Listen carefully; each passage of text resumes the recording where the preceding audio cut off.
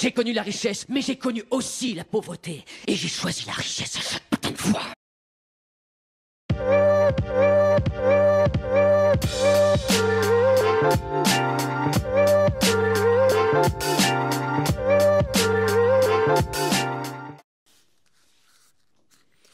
Et bonjour à tous et bienvenue sur la chaîne de l'Examen Crypto. Nous sommes aujourd'hui le lundi 11 août 2025, 7h25. On va faire le point sur le Bitcoin qui pousse, regardez, plus 3,2% du côté du Bitcoin.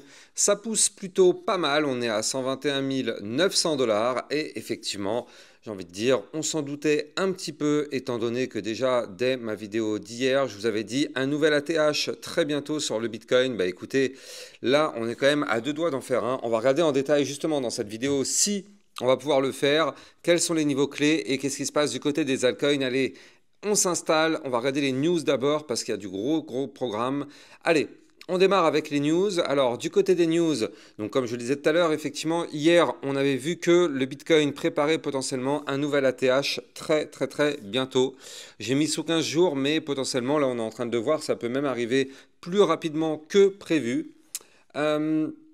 Justement, du coup, grâce à tout ça, grâce à la situation, on est en train de se régaler dans les vidéos privées. On a des belles opportunités, on a des belles pépites et on a aussi plein de vidéos de suivi régulières par rapport à plein de cryptos. N'hésitez pas à venir rejoindre ces vidéos privées. Hier, on a vu la BSW, RSR, le HNT et le Render avec des jolis profits pris par les membres, effectivement, parce qu'il y a eu quand même des cryptos qui ont pas mal pump. Et le but, c'est de chercher les pépites. Ça se passe dans les vidéos privées, le lien est en description de vidéo. Michael Saylor qui nous dit que si vous ne cessez pas d'acheter du Bitcoin, vous ne cesserez pas de gagner de l'argent. Il laisse sous-entendre qu'un nouvel achat massif pourrait avoir lieu lundi. Donc aujourd'hui, vous le savez, à chaque fois qu'il nous montre ce graphique avec ces pastilles oranges, à chaque fois que c'est une pastille orange, c'est une pastille d'achat. Et en général, quand il montre ce graphique-là, c'est parce qu'il s'apprête à acheter massivement du Bitcoin. Je rappelle que Michael Saylor, au travers de sa société Stratégie, ils en sont actuellement à 629 000 Bitcoins. Je ne sais pas si vous vous rendez compte de la folie. 629 000 Bitcoins juste avec cette société-là. C'est juste hallucinant. On a Bo Hines qui quitte son poste de chef du conseil crypto de la Maison Blanche et Patrick White devrait lui succéder. Hines restera cependant à temps partiel pour travailler sur les projets liés à l'intelligence artificielle. Mais pas d'inquiétude, effectivement. On a ce Patrick White qui prend le relais. Donc voilà, ça reste toujours hyper cohérent. Et tout ça, c'est plutôt bullish pour les cryptos. On a du côté des news les 100 plus gros portefeuilles institutionnels de Bitcoin qui détiennent près de 1 million de Bitcoin, soit environ 118 milliards de dollars d'actifs. Donc regardez ça. Bon, bien évidemment, on retrouve la société Stratégie, comme je disais tout à l'heure. Alors, c'est quasiment 629 000. On est à 628 791. On a aussi la société Mara, juste derrière avec 50 000. Enfin, quand on dit juste derrière, il y a quand même un fossé entre le premier et le deuxième. Mais bon, après, c'est intéressant parce qu'on a aussi une entreprise française. On a Sequence Communication. Donc c'est intéressant. Entreprise française avec 3157 bitcoins. On a bien sûr The Blockchain Group du côté de la France avec 2075. Et je crois que c'est les deux seules, c'est les deux seules sociétés françaises. Tout le reste, il n'y a pas de Français là-dedans. Il y a surtout des Américains. Surtout quand on regarde dans le top 35, on a quasiment que des Américains. Je pense que peut-être 80% des entreprises sont des entreprises américaines. C'est quand même assez dingue. Mais bon. En tout cas, c'est bien, ça pousse, c'est la course au Bitcoin. Donc ça, c'est très bien pour notre écosystème crypto. Forcément, ça permet d'avoir une pression acheteuse qui permet d'avaler les chutes. Parce que forcément, dès qu'il y a une chute, c'est racheté par tous ces institutionnels. Donc ça reste plutôt encourageant, bien évidemment. Alors, on va jeter un coup d'œil du côté du calendrier macroéconomique parce que cette semaine et demain surtout, on aura l'IPC Core. Donc ça, vous le savez, ce sont des indices qui sont liés directement à l'inflation. Donc là, on s'attend à un IPC Core mensuel de juillet plus haut que le précédent. IPC annuel en juillet plus haut que le précédent. Par contre, l'IPC mensuel qui est plus faible que le précédent. Donc on verra bien effectivement les impacts sur les marchés. Et après, on aura mercredi le stock de pétrole brut, ça c'est classique. Jeudi, les inscriptions hebdo. prix à la production et vendredi les ventes au détail principales et les ventes au détail mensuelles. Donc effectivement, à surveiller. Je pense que c'est surtout mardi que ça va être hyper intéressant. Bref, gros programme, enfin gros programme intéressant à surveiller du côté du calendrier macroéconomique. Alors nous, ce qu'on va faire, c'est qu'on va partir directement sur l'analyse technique. Avant ça, je rappelle bien sûr à tout le monde que tout ce que je vais dire n'est en aucun cas un conseil financier. C'est à vous de faire vos propres recherches. Et n'oubliez pas que le trading de crypto comporte des risques de perte partielle ou majeure. Alors souvenez-vous, je vous avais dit qu'il y avait un gros cluster à venir récupérer ici entre les 120 000 et les 121 200. Ça y est, vous le voyez, on l'a récupéré ce cluster. Là, on est en train de taper dans le petit cluster entre les 122 250 et les 123 150. Vous le voyez. Alors attention, on est quand même en train d'accumuler ici entre les 116 400 et les 115 500. Donc bon, pour l'instant en tout cas, on est plutôt sur une hausse. On a un Bitcoin qui pousse. Et d'ailleurs, regardez, regardez ce Bitcoin. Alors, est-ce que vous êtes surpris? Ce n'est pas possible. Vous ne pouvez pas être surpris si vous me suivez sur YouTube. Ce n'est pas une surprise. On avait détecté ici, je rappelle, ce magnifique pattern en tas séance. Et je vous avais dit que ça, c'était un pattern bullish. On avait même calculé ensemble la target. On va regarder si on a été la chercher. Mais regardez cette magnifique tas séance. Elle était d'une propreté nette. On avait un niveau clé qu'il fallait breaker à 117 703 $. Alors, la question qu'on se pose, c'est est-ce qu'on a été chercher la target de ce pattern? Alors, pour ça, on va la calculer ensemble. Hop, ici. Et on n'a pas encore été chercher la target. Et non, presque, mais pas. Mais vous le voyez, la target, elle est à 123 055. Donc, effectivement, c'est intéressant de voir ce Bitcoin qui pousse. Actuellement, on est à 121 966, mais on n'a pas encore été chercher la target de cette figure chartiste en ta séance. Alors, ce qui est propre, c'est que là, vous le voyez, grâce à la bougie d'hier, on a récupéré en vue moyen terme le ruban de moyenne mobile. Mais ce qu'il faut noter, c'est surtout la vision long terme. Long terme, vous le voyez, on a quasiment fait, ici, en vue hebdomadaire, quasiment, parce que ce n'est pas tout à fait le cas, mais on a quasiment fait une bougie de ravalement haussière. Et ça, c'est quand même assez ouf, parce que vous le voyez, on a quasiment ravalé toute la chute de la semaine d'avant.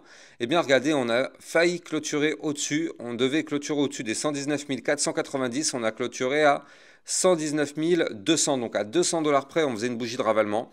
Bon, c'est pas le cas, on n'a pas fait une bougie de ravalement, mais c'est pas grave, ça reste quand même plutôt bullish tout ça, vous le voyez. Et là d'ailleurs, on est en train d'essayer de péter les derniers points hauts en termes de clôture de bougie. Attention quand même, il faut le rappeler, on va avoir une résistance importante à 123 300 $. Alors attendez, pour être précis, c'est plutôt ici, 123 231 $.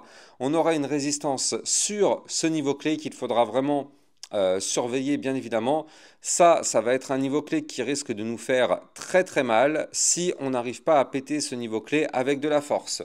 Donc là, bien sûr, il y a le phénomène de short squeeze, on en parlait déjà depuis quelques jours. On savait que si on commençait à remonter, effectivement, petit à petit, les positions short allaient se faire liquider. Et bien là, regardez, c'est exactement ce qu'on avait pu anticiper dans les précédentes vidéos. On savait qu'ici, on était venu chercher une zone de bottom. Ça, c'était mon boss final de la chute. Souvenez-vous, je vous ai pas mal mentionné les 113 191. J'avais dit que ça, il y avait de très fortes chances que ce soit effectivement une zone de bottom. C'était une zone clé à venir retester et on l'a retesté. Depuis, on s'est vraiment appuyé dessus. Donc, on a pu détecter effectivement le bottom. Bon, à quelques centaines de dollars près, effectivement, parce qu'on est tombé un tout petit peu plus bas, mais regardez, on avait quand même parfaitement détecté ce bottom, et depuis le bottom, on a bien repris de la force. Donc ça, c'est quand même propre ce que nous fait le Bitcoin. Franchement, là, pour l'instant, on est vraiment à deux doigts de faire un nouvel ATH et comme je vous l'expliquais vraiment déjà dans mes précédentes vidéos, franchement, c'est pas une surprise, c'était le titre vraiment de ma vidéo d'hier. Regardez, le 10-08, c'était hier, un nouvel ATH sous 15 jours. Eh bien, franchement, on est à deux doigts de le faire. Regardez, là, on a fait une petite mèche ici, quand même, à 122 348. On est environ à 1000, 1200, 1300 $ de faire un nouvel ATH. Donc, bien sûr, c'est encore du travail à faire, mais franchement, là, c'est quand même plutôt propre. Alors, il faut noter que, et c'est d'ailleurs pour ça qu'on est plutôt pas mal, on a ce momentum MACD qui, depuis hier, vous le voyez, a fait le cross-bull. Il a fait le cross-bull. Alors, hier, il y a une personne qui me demandait c'est quoi le cross-bull du côté du momentum MACD. C'est extrêmement simple. C'est quand la ligne bleue croise à la hausse la ligne orange. Tout simplement, c'est ça qu'on appelle un cross-bull. Tant qu'on est En dessous de la ligne orange, ce sont les bears qui ont le contrôle. Quand on passe au-dessus de la ligne orange, ce sont les bulls qui reprennent la main. Et là, comme vous pouvez le voir, depuis 2 jours, eh bien, les bulls sont en train de reprendre la main. Effectivement, du côté du Bitcoin, c'est très très bon tout ça. C'est ce qu'on avait pu anticiper. On savait que là, ici, on avait eu la phase de pivot avec une bougie moins haute que sa précédente. Et ça, en général, ça marque le pivot. Donc on savait que les bears étaient toujours dans le contrôle. Vous le voyez ici, hein, les bears étaient toujours dans le contrôle, mais on avait un momentum décroissant. Donc on savait que là, ça commençait à préparer des bonnes choses du côté du Bitcoin. Plus ici, le premier pattern qui était intéressant, plus la tasse séance ici. On savait que le Bitcoin allait se mettre à reprendre de la force, et c'est le cas, tant mieux. Est-ce qu'on peut aller plus haut? Bah écoutez, pour moi, il va falloir péter l'ATH. Donc là, l'ATH en termes de mèche, c'est les 123 231. Si on arrive à péter ce niveau clé, bah bien sûr, hein, on se donne rendez-vous à 125 000 $, peut-être même un petit peu plus haut. On verra ça, bien évidemment, par la suite. Mais en tout cas, là, si on pète ce niveau clé, on rentrera alors dans ce qu'on appelle le Price Discovery. Donc Price Discovery, ce sont bien évidemment des zones jamais atteintes qu'on va découvrir. On est à 2 doigts de le faire.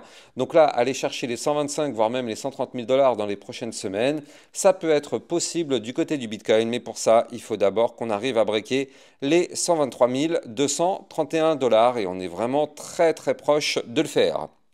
Maintenant, ce qu'il faut noter aussi, c'est que vous le voyez, on avait formé ici une petite ligne de tendance haussière qui avait été breakée par le bas il y a quelques jours. Ça s'est passé ici le 31 juillet, bah regardez. Hier, on l'a récupéré et maintenant, tant qu'on s'établit au-dessus de cette ligne, bah, tout va bien. Donc aujourd'hui, il faut tout simplement ne plus perdre le niveau clé des 119 149. Donc là, on est bien plus haut, bien évidemment, à l'heure qu'il est, mais attention tout de même, prudence, on est en crypto-monnaie, ça peut varier très très vite. En une journée, on peut être à plus 10%, le soir même, on se retrouve à moins 15%. Ça va très très vite, c'est ça qu'on aime, c'est la crypto-monnaie, c'est la volatilité, mais la volatilité va dans les deux sens. N'oubliez pas de ne pas, enfin, de respecter bien évidemment le marché crypto qui peut vous faire extrêmement mal en cas de retournement. Allez, on va jeter un coup d'œil du côté de notre Ethereum, bien évidemment, qui va pousser parce que le Bitcoin pousse. Mais je rappelle qu'avant tout, vous pouvez trader ces crypto-monnaies sur Bybit Europe, la nouvelle plateforme de trading européenne. Et avec mon lien de parrainage que vous avez en description de vidéo, vous allez pouvoir obtenir un bonus qui peut aller jusqu'à 5030 $. Bien sûr, c'est en fonction de votre dépôt.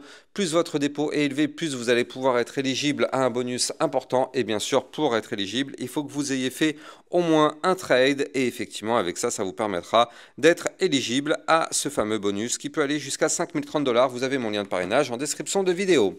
Alors, du côté de notre Ethereum, vous le voyez, il continue de pousser, mais là, malheureusement, les poussées sont quand même moins fortes. Comme je vous l'ai dit depuis quelques jours, malheureusement, l'Ethereum s'est mis à pousser trop tôt. On ne voulait pas que l'Ethereum pousse depuis 2-3 jours. Malheureusement, c'est le cas. Et là, c'est pour ça que je vous avais dit, hein, mais il y a toujours des personnes qui me prennent pour un guignol quand j'ai dit il ne faut pas que l'Ethereum pousse maintenant quand vous voyez les commentaires. Mais bon, ça, je m'en fous un peu, mais c'est pas grave. Je vous explique vraiment la façon de comprendre un graphique. Là, on est dans le vert, d'accord, on est content, c'est bien, c'est beau, on a 3-4 bougies vertes, bravo, c'est bon, on est content, voilà, on a du positif, très bien, voilà, ok, très bien, c'est dit, très bien. Maintenant, ce qu'il faut noter, c'est que là, du côté de l'Ethereum, on a un RSI qui reste malheureusement trop haut. Et c'est pour ça que je vous avais dit, il valait mieux attendre une consolidation du côté de l'Ethereum pour faire tomber ce RSI. Je rappelle que ce RSI est déterminant pour une poussée haussière. Plus le RSI est haut, moins malheureusement on aura une poussée haussière. Nous, comme vous le voyez, on s'est mis à breaker le range ici. Malheureusement, on s'est mis à breaker le range, c'était le 8 août.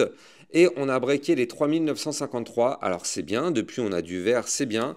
Mais malheureusement, on est en plein dans la zone de retracement. Pourquoi? Parce que le RSI n'est pas assez redescendu. Et c'est pour ça que je vous disais, on ne veut pas pousser aussi rapidement que ça. On ne veut pas pousser tout de suite. On veut pousser, mais dans 2 ou 3 semaines, c'est ça qu'on voulait. Comme ça aurait permis au RSI de retomber.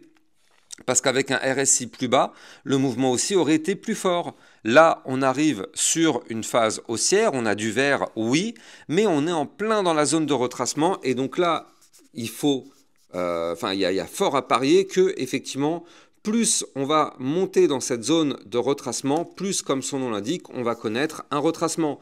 Donc là, on est dedans. Alors, ça ne veut pas dire qu'on va retracer tout de suite, ça ne veut pas dire ça. Mais du côté de l'Ethereum, ça veut surtout dire que là, chaque poussée haussière qu'on va avoir va nous emmener sur un potentiel retracement. Donc effectivement, on y est, je veux dire, on y est, on est dedans. On est dans la zone de retracement, on y est, on ne peut pas le nier, on est dans la zone de retracement. Donc bien évidemment, chaque poussée haussière est susceptible de nous emmener un retracement derrière. Pourquoi? Parce qu'on est dans la zone de retracement. Ça aurait été vraiment beaucoup mieux du côté de l'Ethereum de latéraliser comme ceci, d'attendre une semaine, 2 semaines, 3 semaines avant d'avoir une poussée haussière. Comme ça, le RSI aurait continué de descendre. Vous le voyez, en plus, on avait fait une ligne de tendance baissière, donc tout était parfait. On aurait continué de descendre du côté du RSI jusqu'à trouver un point pivot aux alentours des 50-45. Et là, effectivement, boum, on se met à péter le range par le haut. Décollage de la fusée, on va chercher les 4500, voire même les 5000 ou encore plus. Mais là, malheureusement, on ne pourra pas aller très très haut. On peut aller chercher des points plus hauts. On peut aller chercher les 4600, mais je ne vois pas comment ça pourrait se passer par la suite sans avoir une phase de retracement. Donc moi, je préfère être franc avec vous. Vous savez, sur ma chaîne YouTube, on ne vend pas du rêve. Je ne vous parlerai jamais de x10 ou de x100. Je préfère vous dire la vérité. Dans les prochains jours, je ne sais pas quand, je n'ai pas de boule de cristal, mais ce que je vous dis, c'est que dans les prochains jours, ça peut être 5 jours, 10 jours, 15 jours, je m'en fous, on s'en fout. On sait qu'on reviendra retester ici le niveau clé qu'on a breaké, les 3953. Les 3953 seront testés tôt ou tard par l'Ethereum. Ça arrive, ce sera fait, on le sait, ce ne sera pas une surprise. La vraie question, c'est quand? Est-ce que c'est maintenant? Est-ce que c'est quand on va monter encore un petit peu? Est-ce que c'est quand on va toucher les 4622? On n'en sait rien. Tout ce qu'on sait, c'est que ce niveau clé des 3953, ici, on l'a breaké il y a quelques jours et on reviendra bien sûr le retester. Allez, si vous avez kiffé la vidéo, en tout cas, n'oubliez pas de liker, commenter, partager et surtout abonnez-vous pour recevoir tous les jours 1, 2 à 3 vidéos concernant le Bitcoin et les altcoins. Et surtout, n'oubliez pas de vous abonner à la chaîne YouTube. Et moi, je vous souhaite de passer une excellente journée. Je vous donne rendez-vous ce midi. Ciao, ciao! Bitcoin, Ethereum, you know the drill. Lost it all but came back with the skill.